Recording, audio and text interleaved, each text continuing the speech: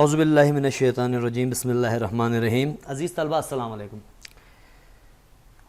Matric Urdu کے جس سلسلے کو ہم اسوا اسٹوڈنٹ گائیڈز پروگرام کے تحت بڑھا رہے ہیں، آج اسی سلسلے میں ہم اگلا اپنا ٹاپک پڑھیں گے، اور آج ہم جس موضوع پہ بات کریں گے وہ حصہ نثر میں موجود آپ کا عنوان ہے اس کا پرستان کی شہزادی۔ بنیادی طور پہ یہ نثر پارہ ایک داستان سے لیا گیا ہے۔ اس داستان کی تدریس کا جو سب سے پہلا مقصد ہے وہ ہے طلبہ کو معروف داستانوں اور ان کے مصنفین سے روشناس کرانا۔ دوسرا اس کا مقصد ہے دلی کے روزمرہ محاوروں سے مزین ایک نثر پارے کے ذریعے طلبہ کی لسانی صلاحیت میں اضافہ کرنا۔ اس نقطے پر توجہ دینے کی ضرورت ہے عزیز طلبہ کہ یہ جو داستان ہے اس کو ہم کوشش کریں گے کہ ہم یہ پوری داستان پہلے پڑھیں، یا پھر یہ ہے کہ ہم پیرا ٹو پیرا اس کو پڑھتے جائیں گے، اور آپ لوگ اپنی سماعتوں کو بالکل حاضر رکھیے گا، کیونکہ اس کے اندر جو الفاظ ہیں ان کا تلفظ، ان کے بولنے کا انداز اور ان لفظوں کے اندر موجود چاشنی کو ہم صرف اور صرف اپنی سماعتوں کے ساتھ یا پھر اس کو بول کر گفتار کے ساتھ ہی واضح کر سکتے ہیں۔ اس کے علاوہ پھر یہ ہے کہ جو مصنف ہیں اشرف صبوحی، ان کے اسلوب سے آگاہ کرنا، ان کا جو سٹائل ہے اس سے آپ کو روشناس کرانا یا اس سے آگاہ کرنا، اور اس کے علاوہ ذو معنی الفاظ اور تشبیہ، ان دونوں سے بھی طلبہ کو واقف کرانا، یہ ہمارے مقاصد ہوں گے۔ سب سے پہلے ہم یہ بتا دیں کہ داستان کہتے کسے ہیں۔ عزیز طلبہ، اہل ادب نے داستان کی جو تعریف کی ہے وہ یہ ہے کہ داستان وہ کہانی یا ایسی تحریر ہوتی ہے جس کے اندر تخیلاتی، دیو مالائی اور ایک حد تک توہماتی بنیاد پر مشتمل کہانیاں داستان کہلاتی ہیں۔ یعنی کہ داستان گوئی کی روایت ہم دیکھتے ہیں تو یہ صدیوں پرانی روایات ہیں۔ داستان ان نسبتاً طویل کہانیوں کو کہا جاتا ہے کہ جن کے میں آپ کی کہانی کا مرکز توہماتی ہو، تخیلاتی ہو، دیو مالائی ہو، یعنی کہ مافوق الفطرت کہانیاں آپ انہیں کہہ سکتے ہیں۔ عام زندگی میں ایک انسان جن چیزوں کا تصور نہیں کر سکتا انہیں بھی داستانوں میں زیب مضمون کیا جاتا ہے اور انہیں پڑھایا جاتا ہے۔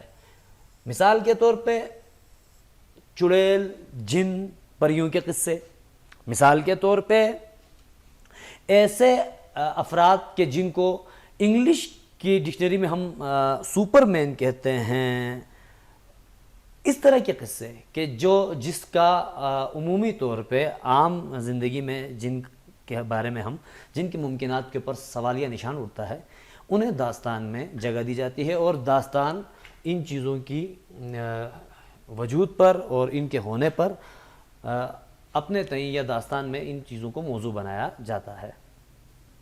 اب ہم ذرا اس داستان کی طرف بڑھیں گے جو کہ ایک پرستان کی شہزادی اس کا عنوان ہے، اور یہ سیدانی بی، ایک سیدانی بی جو کہ اس پوری کہانی کی مرکزی کردار ہیں، ان کے اوپر یہ کہانی گھومتی ہے۔ آئیے ہم اسے پڑھتے ہیں۔ سیدانی بی کا ایک وقت میں بڑا دورہ تھا۔ قلعے کی اچھی اچھی مغلانیاں ان کے سامنے کان پکڑتی تھیں۔ محلات میں جہاں کوئی نیا جوڑا سلا، کسی نئی وضع کی ٹکائی کا ذکر ہوا اور یہ بلائی گئیں۔ شہر کی بیگمات میں بھی ان کے ہنر کی دھاک تھی، سب انہیں آنکھوں پر بٹھاتے تھے۔ آج پالکی چلی آ رہی ہے کہ بڑی سرکار نے بلایا ہے، کل ڈولی کھڑی ہوئی ہے کہ نواب سلطان جہاں بیگم نے یاد کیا ہے۔ نہ رات کو فرصت تھی نہ دن کو چین، صبح کہیں مہمان تو شام کو کہیں، لیکن رہے نام صحیح کا۔ بڑھاپا آیا تو ہاتھ پاؤں نے جواب دے دیا، آنکھیں دھندلا گئیں، اب کون پوچھتا دنیا اور مطلب نہ رہا تو کیسی خاطرداری۔ ہارے وقت کا کوئی ساتھی نہیں، بیچاری کو ٹکڑے کا سہارا دینے والا بھی کوئی نہ تھا۔ جب بہت پریشان ہوئی تو پڑوس میں ایک میر صاحب رہتے تھے، ان کی بیوی نے انہیں ترس کھا کر اپنے پاس رکھ لیا۔ سنا ہے کہ نہایت شریف گھرانے کی بیٹی تھی، مرٹا گردی میں ان کا خاندان تباہ ہو گیا، برس دن کی بیاہی بیوہ ہو گئی۔ اس زمانے میں دوسری شادی کرنا بڑا عیب سمجھا جاتا تھا، مغلانی کا پیشہ اختیار کر لیا اور اپنی ہنرمندی کی بدولت رنڈاپا گزار دیا۔ جوانی تو عزت آبرو سے کٹ گئی، خوب کمایا، ہزاروں روپے انعام میں لیے، مگر رکھنا نہ جانا، دل کی حاتم اور طبیعت کی نرم تھی۔ اور پرانے شریفوں میں ایک یہی عیب ہوتا ہے کہ وہ وقت کی قدر نہیں کرتے، خدا کی بے نیازی کو بھول جاتے ہیں، بنے ہوئے زمانے میں بگڑنے کا خیال بھی نہیں آتا، جانتے ہیں کہ یہی لہر بہر رہے گی۔ سیدانی بی بھی جوانی بھر اسی غلط فہمی کا شکار رہیں۔ بڑھاپے نے آن دبایا، طاقتیں دغا دے گئیں تو آنکھیں کھلیں اور دوسروں کے سہارے پر زندگی کے اندھیرے دن پورے کرنے پڑے۔ میر صاحب کے گھر والے چھوٹے سے لے کر بڑے تک سب کے سب انتہا سے زیادہ خوش مزاج اور خدا ترس تھے۔ ہر ایک سیدانی بی کو خدا کا بھیجا ہوا مہمان سمجھ کر ان کے سامنے بچھا جاتا تھا۔ سیدانی بی 2-4 دن تو ذرا غمگین اور شرمندہ سی رہیں، پھر ان کا بھی دل کھل گیا اور اس طرح رہنے لگی جیسے اپنے کنبے میں۔ ہاتھ کانپتے تھے، نگاہ موٹی ہو گئی تھی، سوئی کا ناکا مشکل سے سوجتا تھا، لیکن ساری عمر محنت کر کے کھایا تھا، پرائی روٹی مفت میں کیسے کھا سکتی تھی؟ صبح نماز پڑھ کر بچوں کو لے بیٹھتی، قرآن شریف پڑھاتی، نصیحتیں کیا کرتی، دوپہر کو سینہ پرونا اور کاٹنا سکھاتی، شام ہوتی تو باورچی خانے میں جا کر کھانے کی ترکیبیں بتاتی، عشاء کی نماز سے فارغ ہو کر بڑے مزے کی کہانیاں سناتی۔ کہانیاں ایسی ہوتی کہ بڑے بھی آ جاتے۔ میر صاحب اور ان کی بیوی خوش تھے کہ سیدانی بی کو بچوں کی تربیت کے لیے خدا نے بھیج دیا۔ ایسی شریف، نماز روزہ کی پابند، ہنرمند استانی صرف روٹیوں پر کہاں میسر آتی ہے۔ بچے ایسے گرویدہ ہوئے کہ رات دن سیدانی بی کے پاس بیٹھے رہتے۔ مشہور تھا کہ سیدانی بی پرستان بھی ہو آئی ہیں۔ وہاں کے بادشاہ نے انہیں اپنی بیٹی کا جہیز چانکنے کے لیے بلایا تھا اور انہوں نے وہاں کئی دن رہ کر بڑے بڑے تماشے دیکھے ہیں۔ گھر والوں کو یہ خبر تھی لیکن کبھی خیال نہیں آیا کہ سیدانی بی سے پوچھتے تو کیا بھی سچ مچ تم پرستان گئی ہو؟ شاباش تمہارا جگر، تم کو ڈر نہیں لگا؟ ایک دن سردیوں کی رات تھی، دالانوں کے پردے پڑے ہوئے تھے، چھوٹے بچے لحافوں میں دبکے اور بڑے لڑکیاں انگیٹھی کے چاروں طرف بیٹھے کہانی سن رہے تھے۔ اتنے میں میر صاحب کی بیوی نماز وظیفے سے فارغ ہو کر آئیں۔ اتفاق سے کہانی بھی انڈا شہزادی کی تھی۔ جب یہ ذکر آیا کہ کانڑے دیو کی جو شہزادی پر نظر پڑی تو سوتی کو پلنگ سمیت اڑا کر لے گیا۔ کہنے لگی، سیدانی بھی، یہ جو لوگ کہتے ہیں کہ تمہیں بھی پرستان کے بادشاہ کا کوئی آدمی پرستان لے گیا تھا اور تم وہاں سے بڑا انعام و اکرام لائی تھی، کیا یہ سچ ہے؟ سیدانی، ہاں بیوی، ہے تو سچ، بلکہ کئی دفعہ جنوں اور پریوں نے مجھے بلایا ہے۔ میر صاحب کی بیوی، اوئی، اور تم بے دھڑک چلی گئی؟ سیدانی، پہلی دفعہ تو مجھے دھوکے سے لے گئے تھے، راستے میں جب بیت کھلا تو بہتیری ڈری، لیکن کیا کرتی، دل کو مضبوط کر لیا، اللہ کو یاد کرتی ہوئی چلی گئی۔ نہ جاتی یا روتی پیٹتی تو جانے کیا آفت آتی۔ اس کے بعد جب گئی، ہنسی خوشی گئی اور ہنسی خوشی آئی۔ بیگم صدقے اللہ رسول صلی اللہ علیہ وسلم، بیگم صدقے اپنے رسول صلی اللہ علیہ وآلہ وسلم کے، اس پر ایمان رکھنے والے کا کہیں بال بیکا نہیں ہوا۔ پرستان میں بھی میری وہ خاطریں ہوئی کہ کیا کہوں۔ میر صاحب کی بیوی، کچھ بھی صحیح ہوا، میرا تو پتا پھٹ جاتا، صورت دیکھتے ہی جان نکل جاتی۔ سیدانی، نہیں بھی، یہ سب کہنے کی باتیں ہیں، ڈر کی باتوں سے ڈر لگا کرتا ہے، جہاں ڈر سامنے آیا پھر کچھ بھی نہیں۔ دیکھو بیماری سے لوگ کتنا بھاگتے ہیں، اور جب بڑے سے بڑا دکھ بھی آ جاتا ہے تو سہنا ہی پڑتا ہے۔ میر صاحب کی بیوی، میں تو پھر کہوں گی کہ شاباش، کہ تم کو شاباش ہے، صد رحمت اس پر جس نے تمہیں دودھ پلایا۔ اچھا ہمیں بھی تو سناؤ کہ کیا ہوا تھا، کیوں گئی تھی، پاکستان کیسا ملک ہے، وہاں کیا کیا دیکھا؟ عزیز طلبہ، اب ہم جتنا حصہ ہم پڑھ چکے ہیں یہیں پر روک کر اب ہم کوشش کریں گے کہ کچھ اس داستان کے الفاظ کو دیکھیں اور ساتھ ساتھ اس کے مطالب کو دیکھیں اور جملوں کی بنت دیکھیں۔ پہلا پیرا جو کہ صفحہ نمبر 29 پر ہے، آپ بالکل اس کا آغاز دیکھیے گا کہ سیدانی بی کا ایک وقت میں بڑا دور دورہ تھا۔ میں کچھ مطالب یہاں لکھتا ہوا بھی جاؤں گا اور بعد میں تمام الفاظ کے معنی جو ہیں وہ آپ اس ویڈیو کے اینڈ پر انشاءاللہ آپ کے سامنے اس کی فہرست بھی ہوگی۔ دور دورہ شہرت کو کہا جاتا ہے۔ قلعے کی اچھی اچھی مغلانیاں ان کے سامنے کان پکڑتی تھیں۔ مغلانی عزیز طلبہ، یہ جو لفظ ہے اس کا مطلب ہے کپڑے سینے والی، یعنی کہ درزن۔ ان کے سامنے کان پکڑتی تھی۔ کان پکڑنا یہ بات محاورتاً کی گئی ہے۔ کان پکڑنے کا مطلب ہے ان کا احترام کرنا، یعنی کہ ان کی عزت کرنا یا ان سے خوف کھانا۔ تو جو اس کہانی میں جن کو مرکزی کردار حاصل ہے سیدانی بھی، وہ بہت زیادہ ایک وقت میں مشہور تھیں، اور قلعے کی جو شاہی درزن خواتین ہوا کرتی تھیں وہ ان کے سامنے بہت زیادہ ان کی عزت تھی۔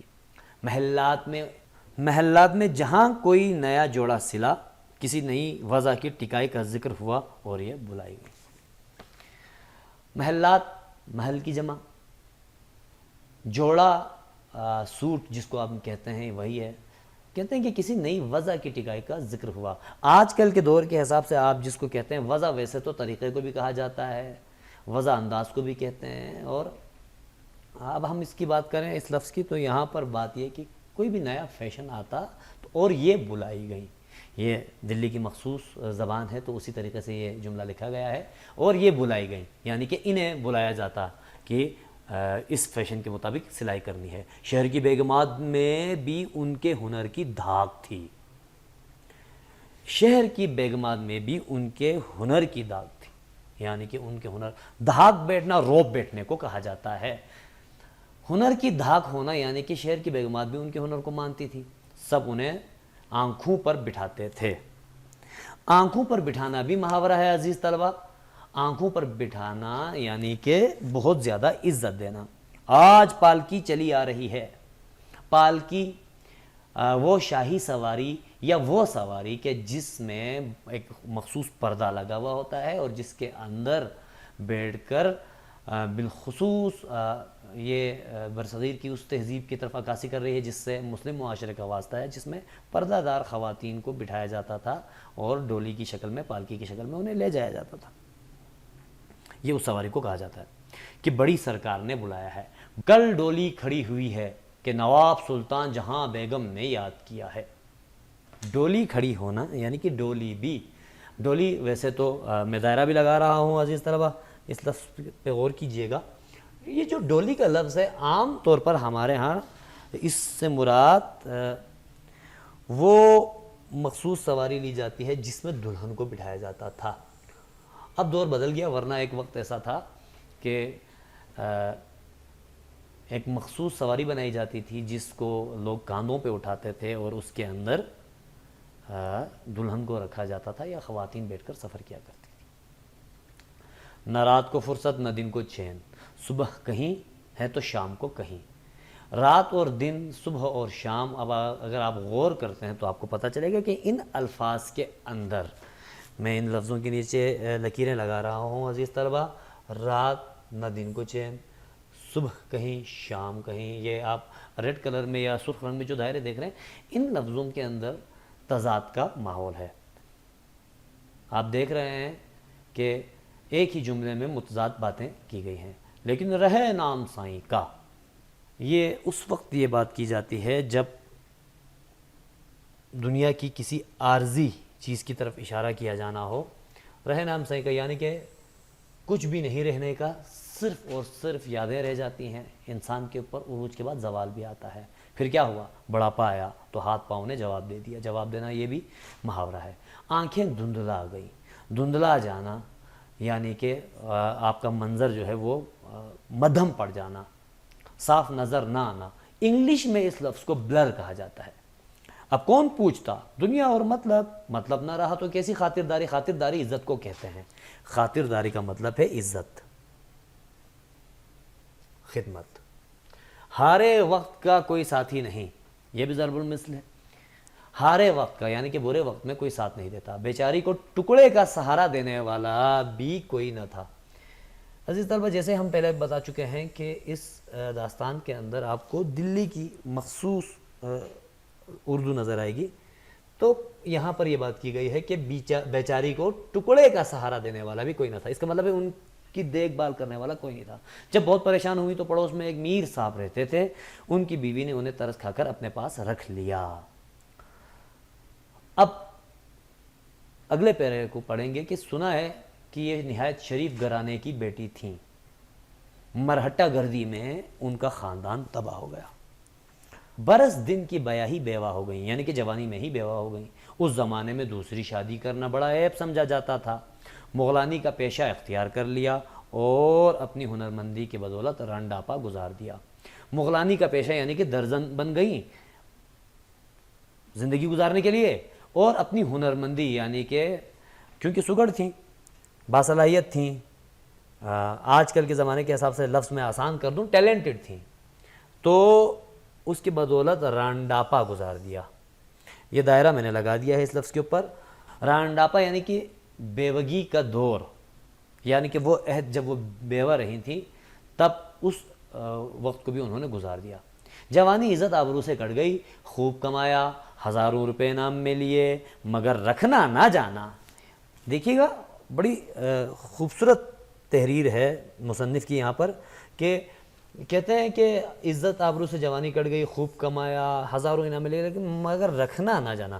رکھنا نہ جاننے کا مطلب یہاں پر یہ بھی محاورتاً یہ بات کی گئی ہے، یعنی کہ وہ بچا نہیں سکی، بچت کرنے والی خاتون نہیں تھی. دل کی حاتم، میں اس لفظ کے اوپر بھی دائرہ لگاؤں گا. حاتم، دل کی حاتم، یعنی کہ اس لفظ کے اندر ایک تلمیح ہے. حاتم ایک ایسے سخی بادشاہ کو کہا جاتا ہے کہ جس کے بارے میں یہ مشہور تھا کہ وہ بہت زیادہ سخی تھا اور اس کے در سے کبھی کوئی گداگر خالی نہیں گیا. تو یہاں پر یہ بات کی گئی کہ وہ دل کے حاتم تھیں، یعنی کہ بہت سخی تھیں، طبیعت کی نرم تھیں، اور پرانے شریفوں میں یہی ایک عیب ہوتا ہے کہ وہ وقت کی قدر نہیں کرتے. یہ بہت خوبصورت جملہ ہے. یہاں پر لفظ عیب کا ہرگز اصل مطلب عیب نہیں ہے، بلکہ اگر آپ غور کریں تو پتہ چلے گا کہ یہ شرفا کی خصلت کے طور پر یہ بات کی گئی ہے.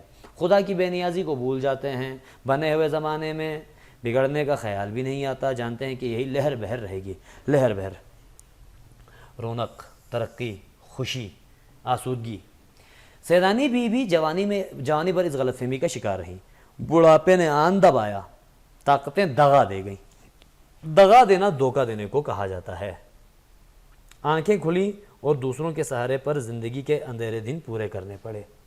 میر صاحب کے گھر والے چھوٹے سے لے کر بڑے تک سب کے سب انتہا سے زیادہ خوش مزاج اور خدا ترس تھے. ہر کوئی سیدانی بی کو خدا کا بھیجا ہوا مہمان سمجھ کر ان کے سامنے بچھا جاتا تھا. بچھا جانا، ان کی بہت عزت کرنا. سیدانی بھی 2-4 دن تو ذرا غمگین اور شرمندہ سی رہیں. اس کے بعد ان کا بھی دل کھل گیا. پھر وہ ایسے رہنے لگی جیسے اپنے کنبے میں. کنبہ خاندان کو یا گھر کو کہا جاتا ہے. ہاتھ کانپتے تھے، نگاہ موٹی ہو گئی تھی، سوئی کا ناکہ مشکل سے سوجتا تھا. وہ سراغ جو سوئی کے اوپر لگا ہوتا ہے اور جس سے داغے کو گزارا جاتا ہے اس کو ناکہ کہا جاتا ہے. کہتے ہیں پرائی مفت کی روٹی کیسے کھا سکتی تھیں، بچوں کو لے کر قرآن پڑھاتی، نصیحتیں کرتی. دوپہر کو سینہ پرونا.